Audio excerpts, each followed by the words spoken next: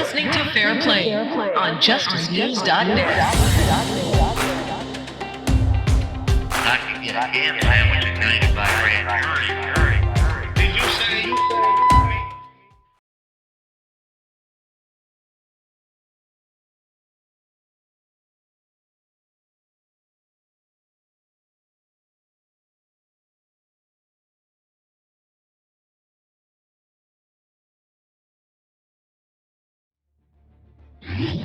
I can get a ham sandwich at 95 grand jury.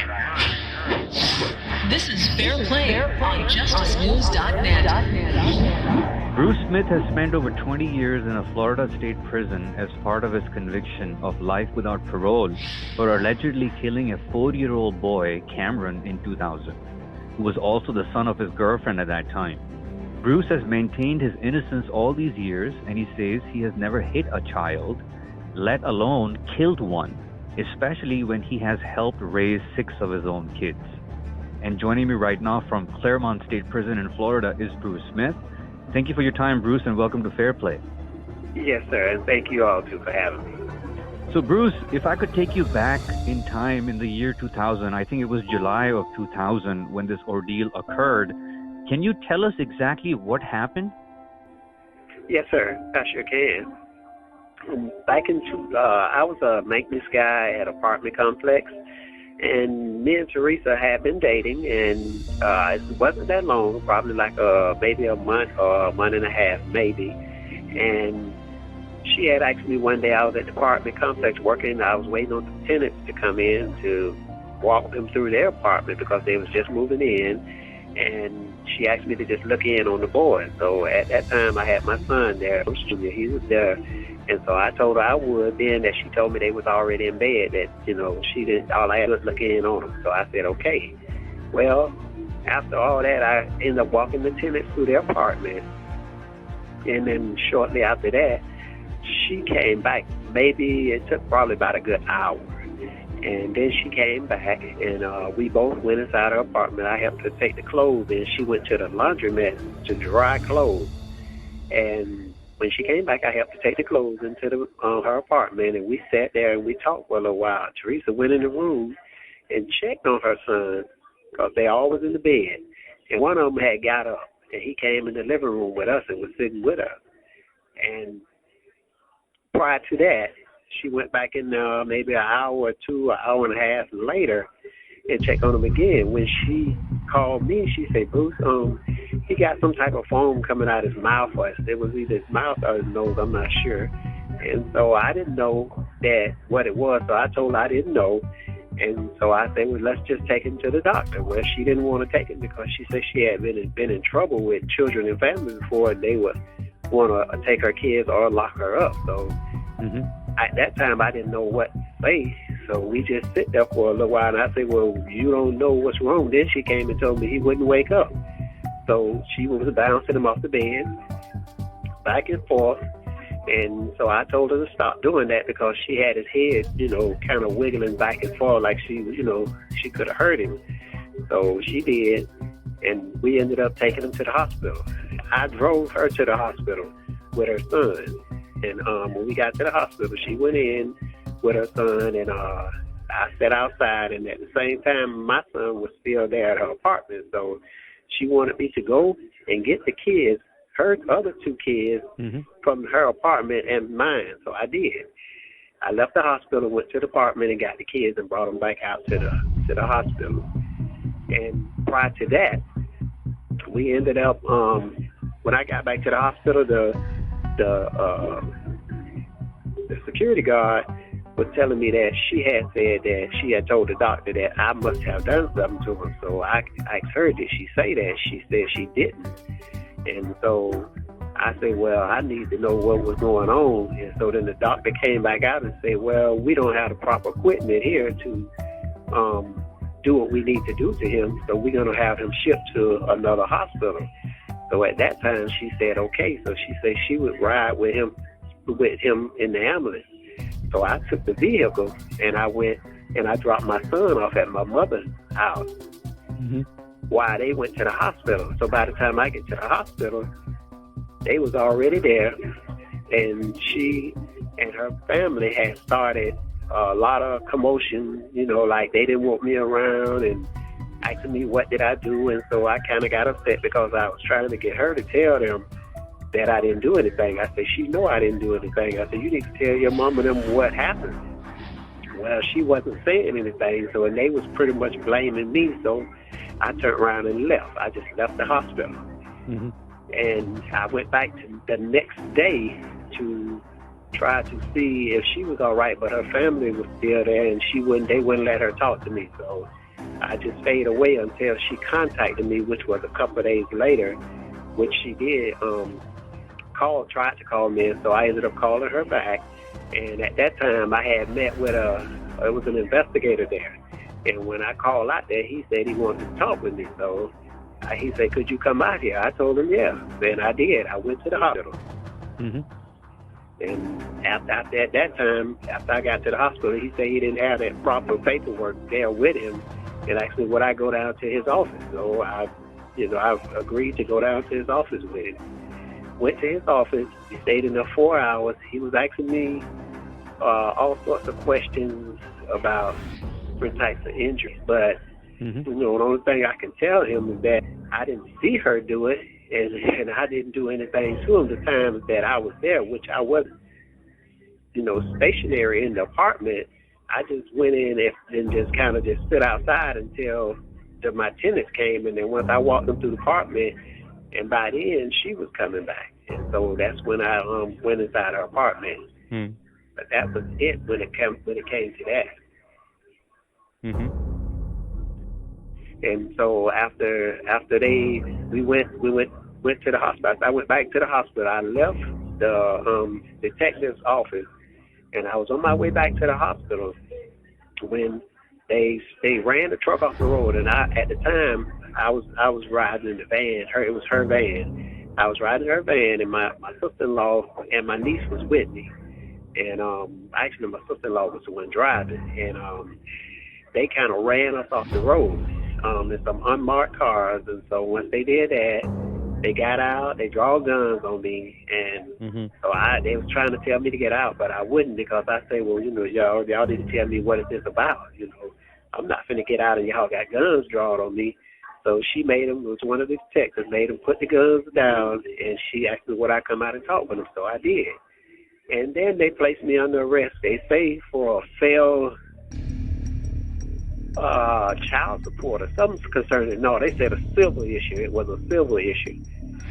So at that time, I went ahead and they took me down. They locked me up, took me to central booking. Mm-hmm. And when I got down there, they told me that it was something dealing with child support. So I said, it can't be. I said, because I pretty much got all my kids. So who am I on child support for? Well, that happened on a Friday. Mm-hmm. So I had to stay in the county jail all the way until Monday to go see the judge. Mm-hmm. Well, that Monday, when I went to go see the judge, they said that they had the wrong person for the child support.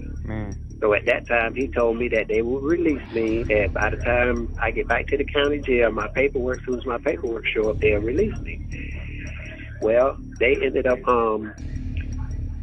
the detective came in, they kept me downstairs because they told me there wasn't no sense in going back up to the cell because they said they're going to be releasing me. So I stayed downstairs, and the detective ended up coming in probably about another 20 or 25 or 30 minutes later and telling me that he had some bad news. So I asked him what was it, and he told me that the child had died, and they was charging me with second-degree murder.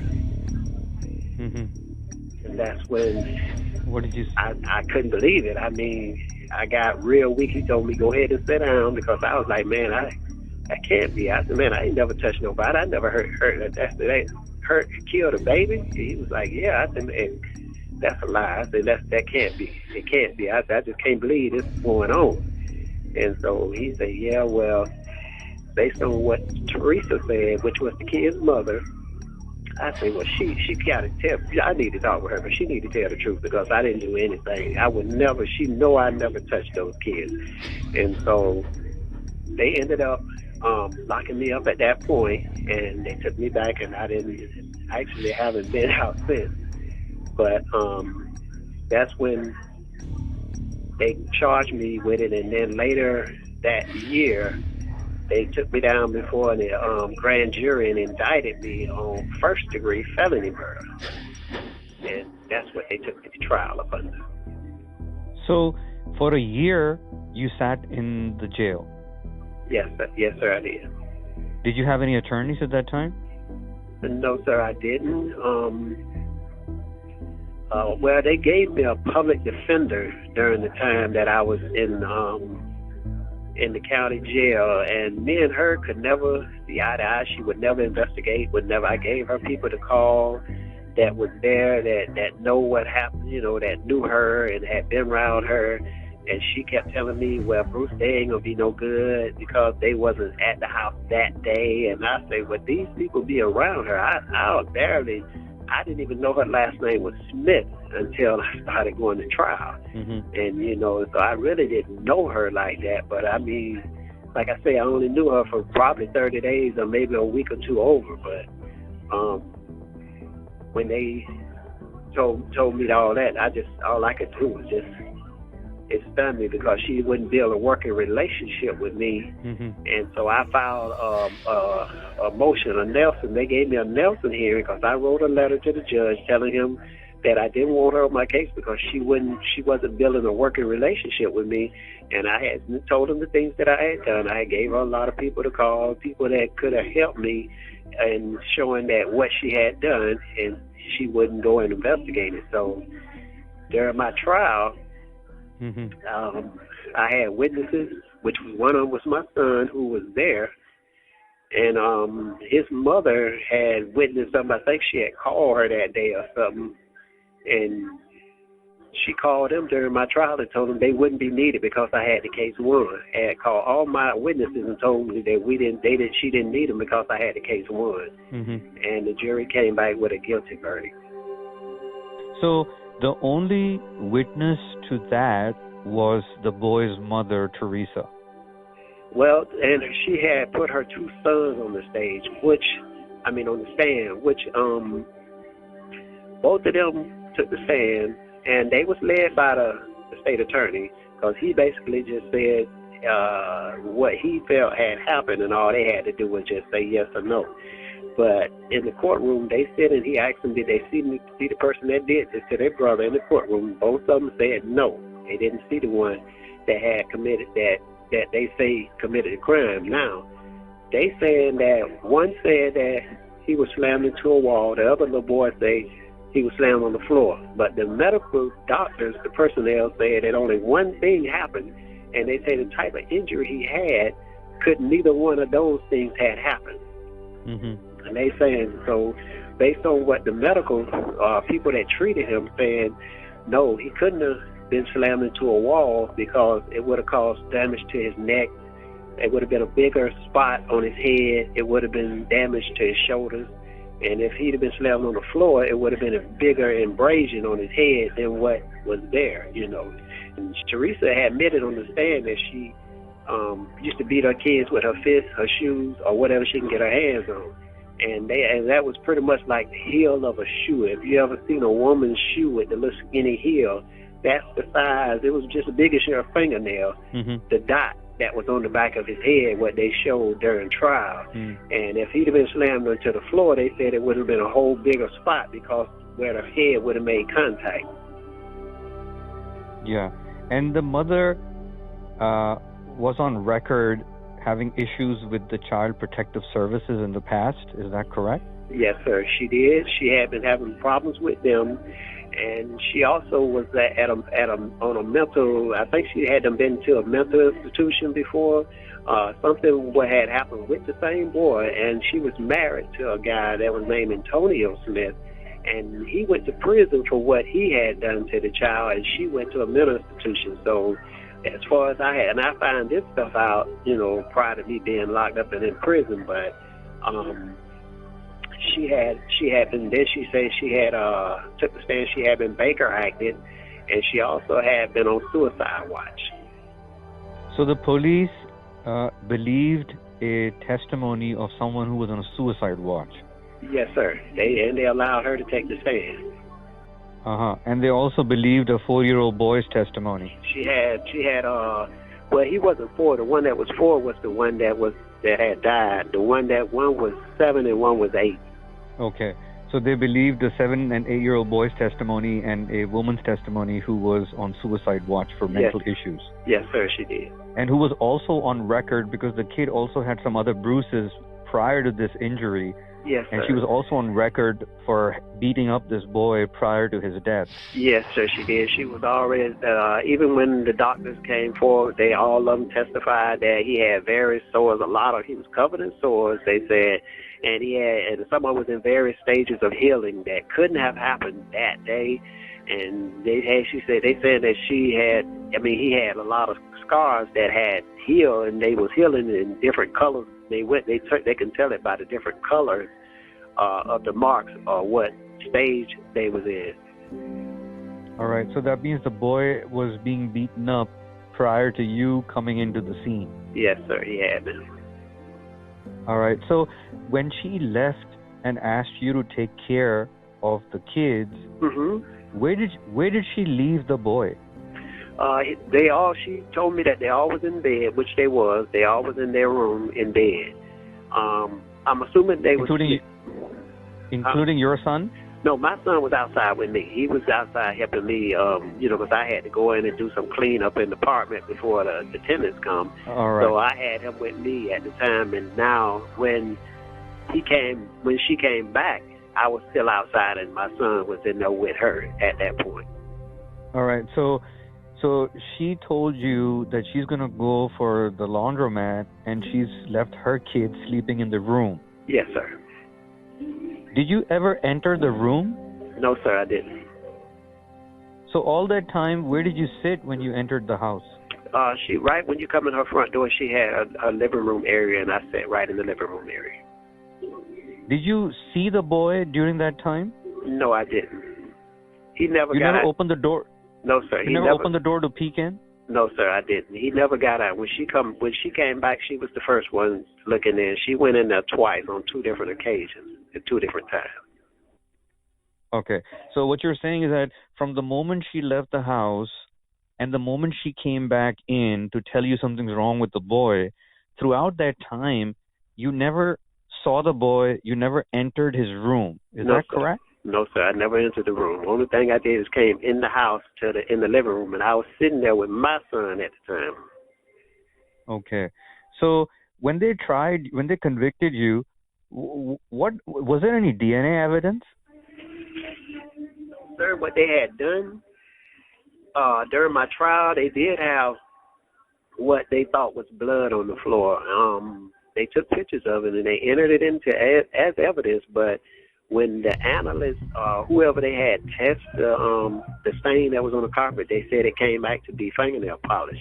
But my thing was, I had never seen, and I told them from the beginning that when I saw it, it looked like blood, but it was red fingernail polish, and I told them that they was lying. I said, no, because I know I never went into any room, and then it was in their mother's room at that, so I didn't know how it had got there, but it did test negative for DNA.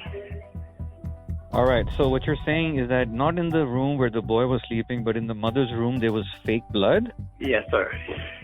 So somebody put nail polish in the mother's room on the floor? They put it on the floor, yes, sir. This is bizarre, don't you think? Yes, it is. And when I saw it, that's the first time I had knew about it during my trial, because my lawyer never said anything about it to me. And during the trial, they were showing slides of different things in the house, and what they tried to say was that I had slammed them into the wall. They saying that I slammed them into a wall, and so they went in and they checked the wall. They say, well, all the walls was drywall. So they say the type of impact that he would have sustained, it would have damaged the drywall. Well, during trial, they came in and tried to say that being that I was the maintenance guy, that I knew how to fix drywall and that I had repaired it.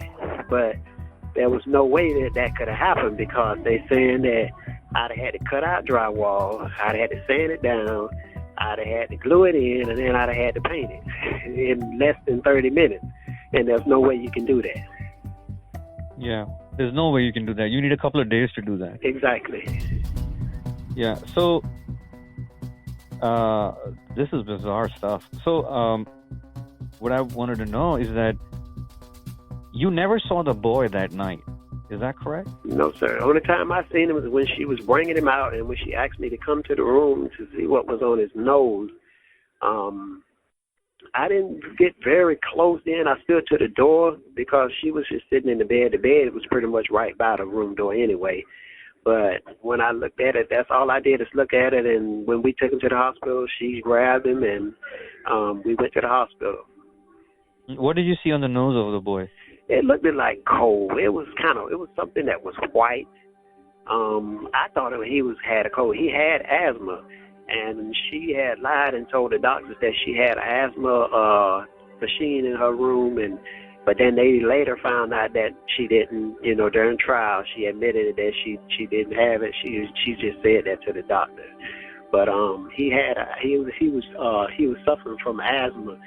And so that could have been, he could have easily been going into an asthma coma or having an asthma attack, I meant to say. Absolutely, it could be. And the defense didn't bother to look at any of these red flags? No, sir, she didn't bring up any of that. Uh-huh. Was that a public defender? Yes, sir, it was. Mm-hmm. So, I have an article in front of me from 2001, April 20 of 2001, by Miss Debbie Salomon Wickham. Wickham, I hope I got her name right, of the Centennial staff. This is from the Orlando Centennial. Yes, sir. And the headline says, "Man gets life sentence for killing his girlfriend's son." So right there, do you have any issue with this headline? Yes, sir, I do. I did see that headline. One of the officers had brought it to me while I was still there in the county jail. And I totally disagree with it because the simple fact is, this girl is walking around. She's been abusing this child for probably since he's been born, and they all just lied and said that now I got to go to prison for a crime that I did not commit, and it hurted me a lot. Literally I cried because I just couldn't believe that was happening, and I tried to call a lot of my family members, which they comforted me. A lot of them was there during the trial, and I kind of felt that I had won the trial because a lot of the experts were saying things in my favor, but it just hurted me because to just think these people think that I'm some type of monster or something like that, which I'm not, and and that hurted me because I had never even touched my own kids. That's no talking about somebody else's. I wouldn't even let my kid's mom beat my children. And so it just hurted me real bad to even think that they even thought of me like that. Yeah, I had a conversation with Jenica. Jenica? Is that correct? Yes, that's one of my kids' mother. Yes. Jenica. Yeah, Jenica, she has 2 kids with you. Yes, sir. And one of them is Bruce Smith Jr. Yes, sir. That's the same 7-year-old kid who was there in the house with you? No, sir. He was the younger one. He's the third. All right. So she told me that every time she would want you to discipline the kids, you would say that, okay, let me talk to them. And she would say, what do you mean talk to them? You need to whoop them. But yes. But you would say, no, I'm going to talk to them. She did. That is correct. She did used to say that. Yeah. She vouched for you. Oh, that's good. I mean, that's what she said. Yes, she said that, she said that you can't be that guy. Right. Because she has seen you with kids and she can vouch for you. Yes, sir. So the article that I mentioned, it says a former maintenance man is on his way to prison for life for beating his girlfriend's 4-year-old son to death. An Orlando jury determined that Bruce Smith, 38, killed the boy last July by slamming his head into the floor or a wall. Yes, sir. Prosecutor said Smith then put the injured child to bed, where he apparently lay unconscious as death drew near. So, how much truth is in this paragraph? It's none of it. None of it is the truth. I never even touched them. Their brothers, they had their 2 brothers take the stand, and their brothers literally told a story. They lied on the stand, and they asked them, have your mother ever beat y'all? They said no, and they have. They all had those scars, and I used to tell her all the time, you know, you're going to get in trouble by beating these kids. You hitting these kids too much. Some say these boys, you can talk to them. The article was saying that you slammed the boy and you know, his head hit the floor. Mm-hmm. And you're saying that you never even you never even saw the kid, let alone touch him. No, sir. That day, I didn't never see when I was at the apartment complex, but I never came to her house because at that day that I was there, like I said, I was waiting on some tenants to come in. And so when I saw her, she was there, and she just asked me what, because the apartment was like 2 doors down from hers. And so I was sitting outside with my son, and she just asked me to sit because they was in bed, and she said she only had a couple of loads or something like that to dry. And she said it shouldn't take that long. So I said, okay, then, that I had to sit there anyway. And but I never went in the room to check on them. She told me they was in bed, so, you know, they was asleep. So I said, well, I mean, wasn't no reason to go inside to see them because they sleep, you know. So I never did that. Yeah. And they never checked for your DNA on the boy? No, sir, they didn't. Mm-hmm. Okay, that explains a lot. Yeah. And let me continue with the article. It says details about what caused the attack were sketchy, but it appears Smith was angry about some spilled water, said Assistant State Attorney Robin Wilkinson, who prosecuted the case this week in Orlando. So, where did this theory about spilled water came from that you were angry at the kid? When I want to say they kind of made that up because once Children and Family did come and they did take her kids. Okay, so when somehow between Children and Family getting the kids and her auntie getting the kids back, then that came out saying that one of the kids was in the tub. One of them took a bath, which was her oldest son. She say he took a bath, and the children said they contradicted a lot of the things that they were saying from what the prosecutor was saying, Mr. Wilkinson. The kids said that their brother was in the tub with them. Well, Teresa's saying that he never took a bath. So, you know, I don't know how they come up with that because all of them were saying different stories, which I didn't see him take a bath. I mean, but she said he didn't never take a bath and they still had the same clothes on from when she left. So that's where the water come in at because somebody was trying to say that he had took a bath because one of the boys say he was in the tub with them, you know, and so that's where that comes from. Mm-hmm. And it goes on, when the boy's mother returned to her Orange County home after doing laundry, she thought her child was asleep, but when Cameron failed to stir, she realized that something was wrong. She rushed him to the hospital where he died. But there's a lot of holes in this too. The boy didn't die at the first hospital. He died at the second hospital. Is that correct? Yes, he did, and that was literally 4 days later. Yeah, the article failed to mention that. And, right, and then they... Go ahead. Okay, no, and then they also failed to say that I was the one took him to the hospital, you know, and I saw that and I kind of read that and I was like, you know, they just, and basically what I think they just tried to put it in the jury's mind because, you know, a lot of times the jury hears a lot of stuff on news media, newspapers and such as, you know, stuff like that. So with her saying that, they was trying to paint a picture for them, saying that, you know, I disappeared, I didn't go to the hospital, like I had done something or like I had to run or something, you know, and that's what I kind of gathered out of it. But I took him to the hospital. I'm the one who wanted to take him. She didn't want to take him, you know, and I had no reason to run. Yeah, it shows that everything that's written in this article is false from your perspective. Would that be correct to say? Yes, sir, it is. Yeah. I don't know how these journalists are being these journalists are being allowed to write something like this. I mean, they're a part of the Centennial staff. This is Orlando Centennial. So let's continue a little more on this article. First of all, about this article, you were informed by a police officer. Is that correct? Yes, sir.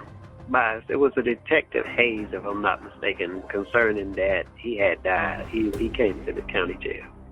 Yeah.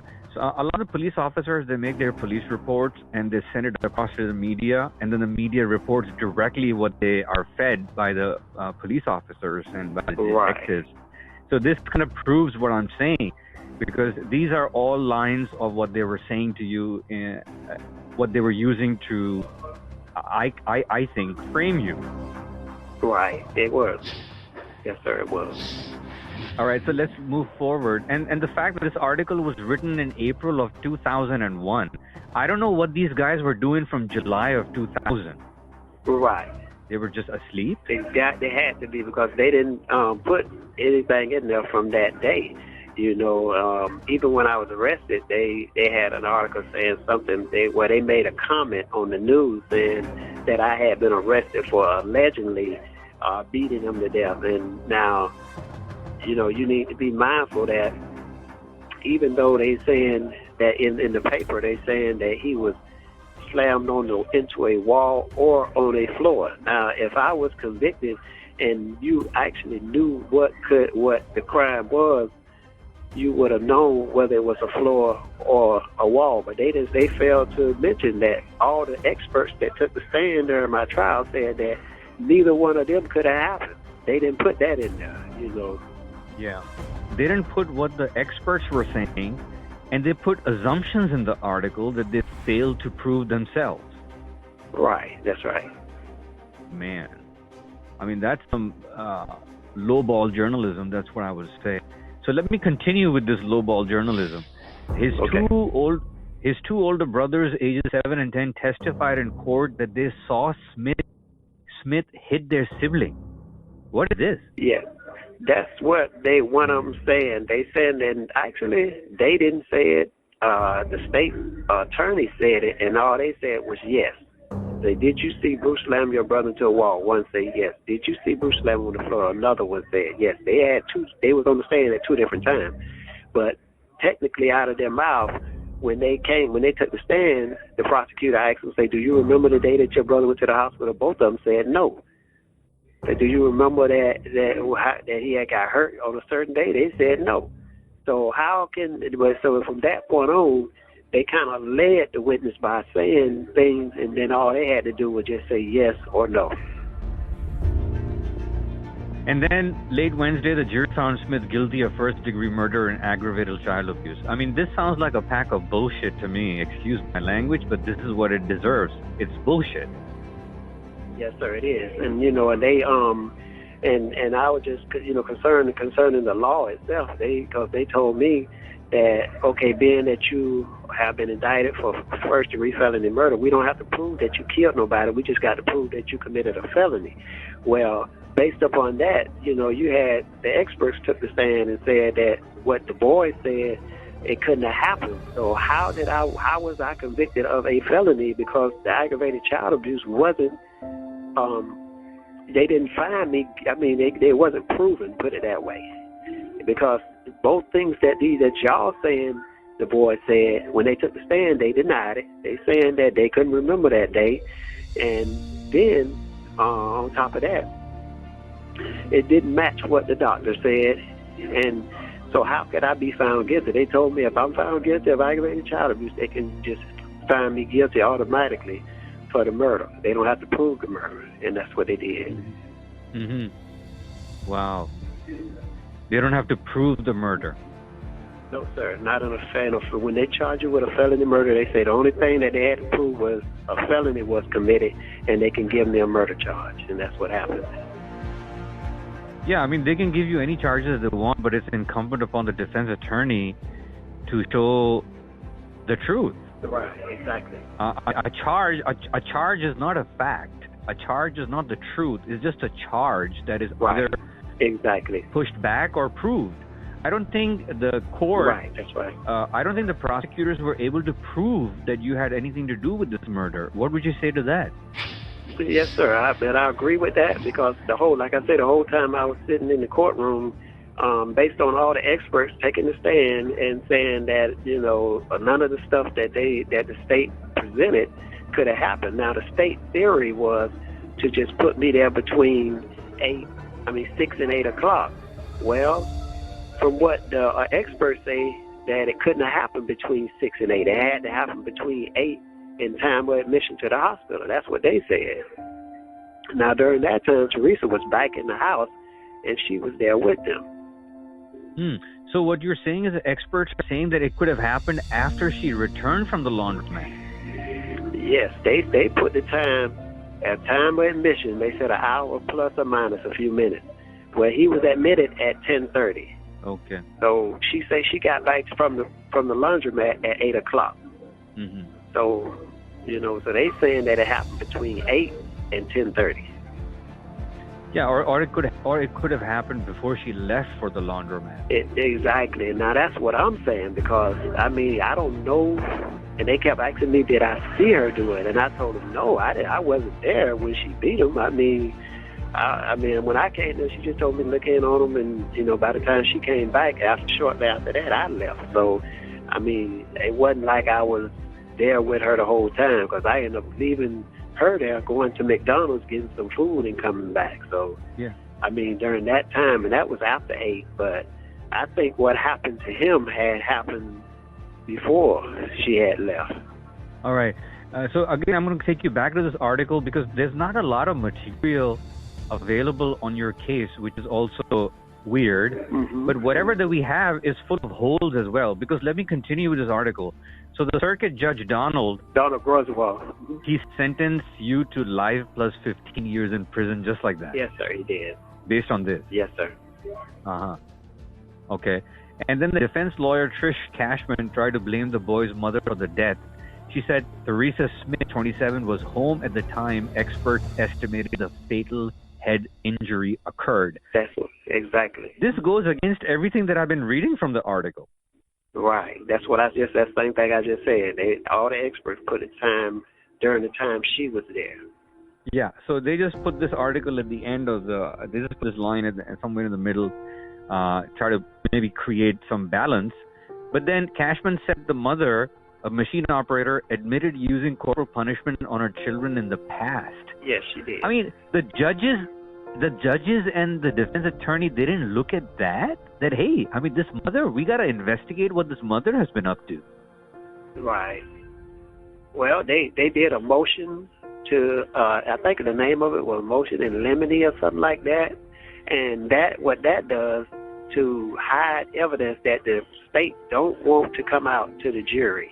And the judge granted her motion, and later I found out that, the motion that she had put in for the jury not to hear was that Teresa had been Baker acted, that she done had a suicide attempt, that her husband was in prison for the same thing, for abusing the same little boy, which was his little boy, and beating the other kids. And then her other kid's father was in prison for allegedly, I think, beating his son. The two oldest boys was someone else's, and I think their dad was in prison for what she say he did to the kids. But he was saying the same thing. He said she did it, that he didn't do it, but he ended up in prison. So, and then her husband ended up in prison for a crime that they both did to the children. So that was what they hid inside this motion that she filed. So what you're saying is that based on this, probably the other guys who are in prison didn't really do what they've been accused of too. Yes, sir. My understanding there, her first kid's father saying whatever happened, she had done it. Mm-hmm. So at least the first father is on the record saying that I didn't do it, and they put him in prison because she testified against him. I think so, yes, sir. By the way, the thing about your defense attorney, Trish Cashman, saying that, the mother was at home at the time of the fatal injury, and that, she had admitted using corporal punishment, and that she had admitted using corporal punishment on children in the past. All of this is at the end of the article. So this was what would you say about this article, by the way? Well, I really didn't like it because what happened, my sister-in-law had read it, and she's a school teacher, And she kind of brought it to my attention, and she wrote the Orlando Sentinel concerning that article, telling them, and I think, if I'm not mistaken, we do have a letter, the actual letter that she wrote to the Orlando Sentinel, and telling them that all that was lies that they put in this paper. And she kind of went on trying to correct them with what should have been said and shouldn't have been said, but they was, a lot of that stuff, she went totally against it. Yeah. And all of the stuff that we're talking about is public record. I mean, people can go and check out what you're saying. And in fact, I think that letter, we have a copy of that letter on justicenews.net / justice for Yes, sir. Bruce Smith. Yes, sir. Yes, sir.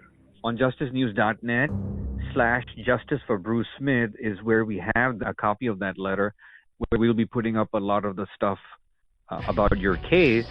So let me just rewind a little bit of what we talked about. Mm-hmm. You never entered the room where the boy was asleep. No, sir. You never touched the boy.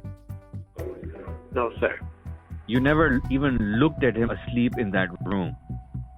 No, sir. Only time I looked at him when she asked me what was that on his face, and he was in her arms at that time. And we have a witness for that, who is your boy, who was 7 at that time. Yes, sir. And did they put him on a stand to ask him that, hey, did you see your dad touch him, beat Cameron, or hit Cameron? No, he never took the stand, but he did do a deposition, and he told her that from my understanding, that he did see Teresa whoop the kids, and that's how I knew about it, because he told me that she whooped him while he was sitting there in the house. She heard him whooping him and heard her telling the kids to shut up, and so he said he could hear the kids screaming and crying and stuff. So was that after she came back or before she left for the laundromat? That was before she left. Okay, so this goes back to my point, what I was trying to make earlier, that this could have happened before she took off for the laundromat. Yes, sir. Exactly. Yes, sir. According to your son's statement, before she left, he heard her beat Cameron. Yes, sir. Yeah, and then... Go ahead. No, I was just saying, from what he told me, they all got a beating. They all got a beating. Yeah. And then she came out and she asked you to look over the kids while she goes to the laundromat. Yes, sir. Yeah, something is weird here. It's like covering my tracks. If I had harmed someone, and if I would want to put this on someone else, this is probably what I would do if I have a satanic mind and try to hurt someone. Probably this is what I would do.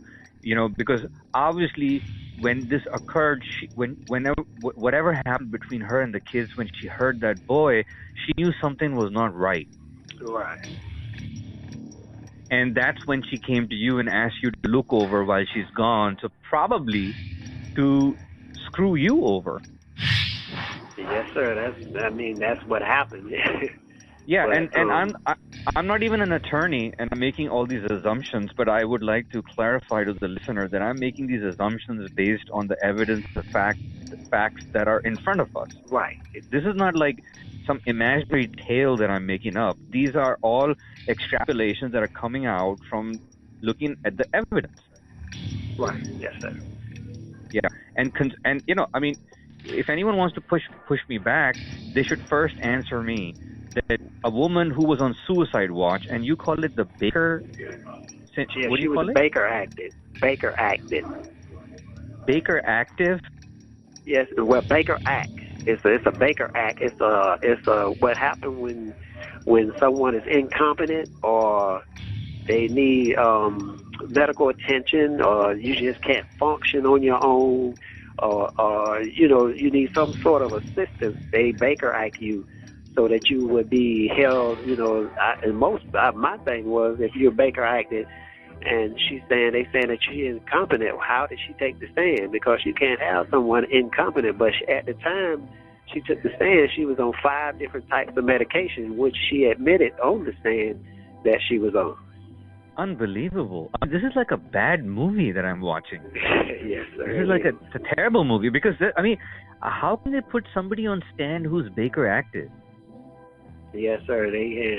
And I mean, I asked them, can she take the stand? I asked my lawyer several times, and she's saying, well, Bruce, I didn't check into that. I say, well, wow. I said, there's a lot of things you didn't check into, and then that she was Baker acted and on suicide watch, I thought, and then not only that, but she was up under 5 different psychic drugs at the time. She was on the stand, kind of raised a flag with me because I was like, well, how can she take the stand? How can you believe something she's saying if she's under the influence, So you're talking about your defense lawyer, Trish Cashman. Yes. Yeah. So if I would just put all of this aside and ask you something, Bruce, did you kill Cameron? No, sir, I didn't. I would never touch him. He was actually a very good kid. I have told her that several times, but she always said he always getting hurt. He always hurting himself. He do this and do that. All her kids was good kids. It's just that they didn't have a father figure there in the house. So I don't know if she just took it out because they wasn't there or she was mad at their dads. I don't know what it was, but she used to just discipline them so much. I didn't even know she had kids about the first week I was there because she kept them in a room and they was quiet. Yeah, and when there was a father figure, he ended up in prison, like yourself. Exactly, yes, sir. Yeah. So something is terribly wrong, and there are a lot of holes in this case. And so what's been going on the past 20 years, Bruce? Well, I can tell you I've been trusting in God for one, and praying a lot that, she would come forth and at least admit to what she had done or she should have done, Back in 2010, I got a letter from her. The letter came from Las Vegas, somewhere where she's living, I'm assuming right now. And the letter said that she was sorry for what she had done. She hoped that I forgive her and she forgive me for any pain. And but she didn't have a return address on it, but she did sign the bottom of the letter. Mm-hmm. Do you think that's admission of guilt? Yes, sir, I do. I tried to present it to a lawyer and ask a couple of attorneys about it, but the thing they told me was, Bruce, she's not admitting to the crime. Well, I mean, in so many words, to me she is, because if she's saying those words, that means she did something she wasn't supposed to do, Yeah, and even if she's not admitting it, at least it opens up a case to question her, subpoena her. Yes, sir, it does. Reopen the case, because a wrong man is sitting in prison for over 2 decades now. Yes, sir. So what about, did you try to get attorneys and reopen your case or appeal? Yes, sir, I did. My mom dad had hired an attorney. He did get my case where they got some stuff back in court because he admitted to where Teresa admitted on the stand about her discipline. The kids couldn't identify me in court.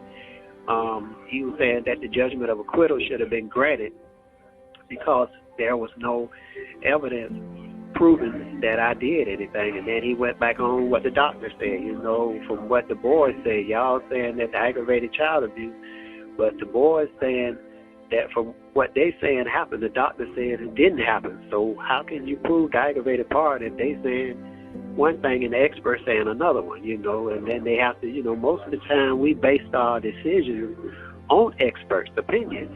And so how can you go against a little boy? And then it was the state theory to say that it was between 6 and 8.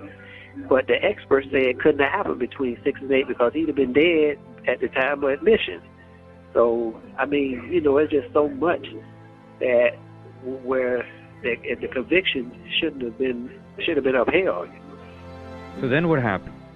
Well, what they did, they ended up going to the jury. The jury did deliberate, but my thing was, when it comes to all of the experts' opinion in my decision that they should have based their decision on what the experts said, because they are more qualified and know more about what they examine this child. And even based on that, the medical examiner took the stand and he said during my trial that he had a skull fracture. Well, when I got his autopsy records, in his records say there was no skull fracture. But he took the stand and said it on the stand. But in his writing, they said none. So, it just, he lied on the stand. So he lied? And, and I got all this in records, so, if anything that I have said, I mean, you can go to the records and read it for yourself because it's there. Yeah. So in these 20 years, there was never an appeal or a follow-up. You never went back to court to fight this. You just accepted? No, sir. I think I have put in at least 25 to 30 different types of motions during this time that I have been in. And I know I haven't been back to court, but on one occasion, the court did, on several occasions, to be honest with you, they ordered a show cause order based on my motion, and the state, their answer was that inmates think that they are lawyers, and they shouldn't, the books and stuff that they have is outdated, so we shouldn't listen to these case laws and all this stuff that he has in his motion. Well, based on that, the judge denied my motion based on that and didn't even hear the merits of the case. And I think that was wrong, because when you order a show cause, it's based on merit to what, you have raised, and they got to answer why he shouldn't be granted relief. And I wasn't. I was denied due process even for that, Yeah. And it's a lot.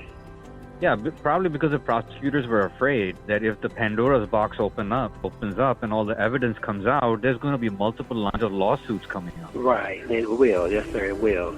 And you have to be mindful, too, during these extensive appeals that I put in, most of the appeals went back to the same judge and the same prosecutor. So they're not going to admit they're wrong. They're going to try to get avoided any kind of way they can. So, if I'd have had a different judge or maybe someone else to hear it, it may have turned out a little different. But if I have to keep going back to every motion I was filing was going back to the same judge and the same prosecutor, and all they had to do was say the same thing, and the judge was, no matter what she said, he granted it. Yeah. I mean, that is weird, because you can't go back to the same people who wrongfully convicted you. Right. Yeah, and for the prosecutors to say that the people who are incarcerated think that they're attorneys, well, we have many cases, factual, clear cases, where incarcerated people have got them overturned. Vindicated themselves. That's right. Yeah, they got it overturned. I mean, a lot of them even know more than the prosecutors and the judges and the attorneys themselves. That's right. That's right. So that was wrong. We have Supreme Court cases overturned because people from inside the prisons fought. That's right. That's right. For justice. That's right. And I have learned a lot about that myself, because I have been studying law, and I have been sitting here the whole time. I have went and got different degrees in brick mason, electrical, plumbing, and I also been doing a lot of legal work, law studying the law, and that's how come I can look at it now at a different angle, because I can see where they violated a lot of the laws and where they broke the law with charging me and trying to find me guilty for a crime that I did not commit. And going back on what you said, I don't know what they was hiding. Maybe it was. And, when you got a hospital, the first hospital that we took him to had sustained him,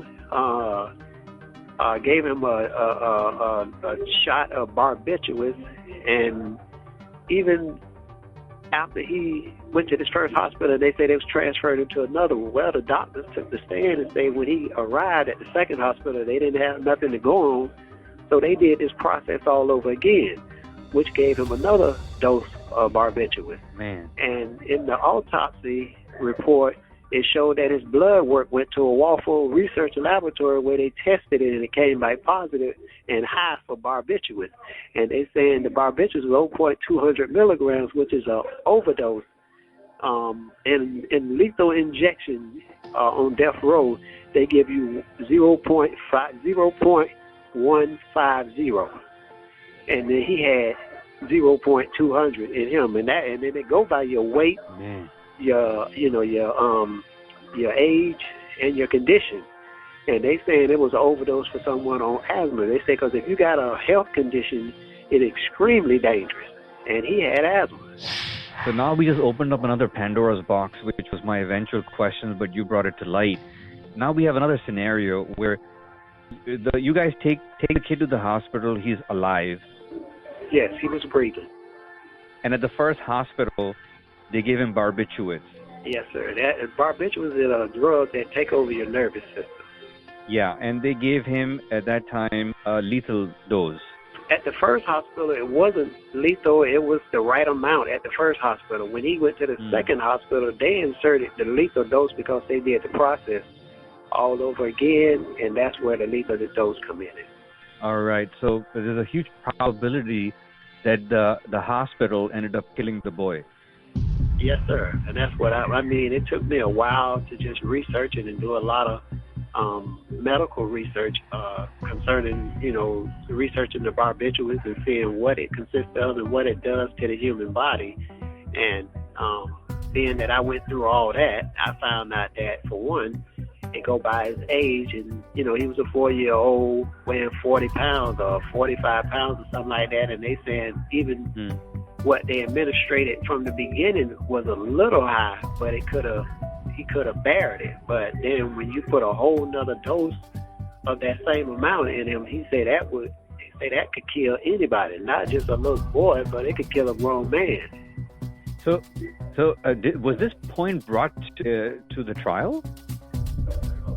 No, sir, it wasn't. I didn't even know anything about it till I had been in prison 2 years, and I had to get an attorney to get the records and send them to me. I had to pay him to get the records from me and send them to me, not knowing what I would find. But when I did get them, that was there. So what you're saying is that they overdosed the boy with a lethal injection. I mean, you're saying that they used that in death row? Yes, sir. They use the cocktail on death row. They give you 3 cocktails on death row, and that is one of them. What that cocktail does, it go into your bloodstream and take over your nervous system. So when the other cocktail go in you that stops your heart, usually it give you a burning, and you can feel the reaction where some of the guys would be jumping and moving because they can feel the pain. But this barbiturates take over your nervous system, so you can't jump, you can't do it, and that's what it does. Unbelievable, man. Unbelievable stuff. So, I mean, we need to find what happened with you in this case, but we also need to find what happened to that little boy. Yes, sir, we do. And I'll be more than glad. I want to find out, because the ones that are in charge of his death should be punished. They should be charged. Yeah. I don't even know what to ask anymore. Because your last line just said it all, man. Yes, sir.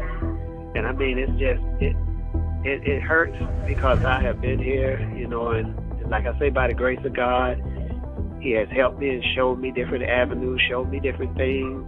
And, and I'm going to continue to pray for him. I'm going to continue to pray for the family, and hope that, and praying that she would one day just come out, or whoever, and just acknowledge what they had done to him, and at least take some sort of responsibility for it. I have done time for something that I had never done. And I mean, it hurt. Yes, I have cried many, many, many nights. But I just thank God that this is finally coming to a head where somebody can hear it, and maybe somebody can help do something about it. Well, we will, with the help of God. This is Fairplay on JusticeNews.net.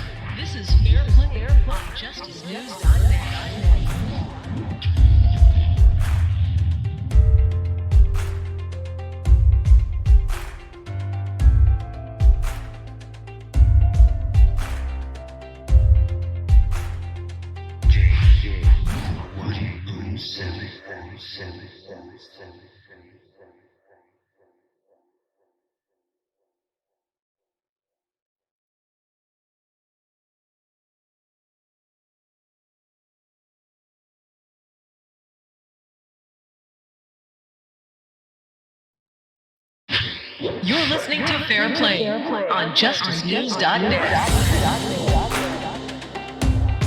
I can get a ham sandwich ignited by a grand jury.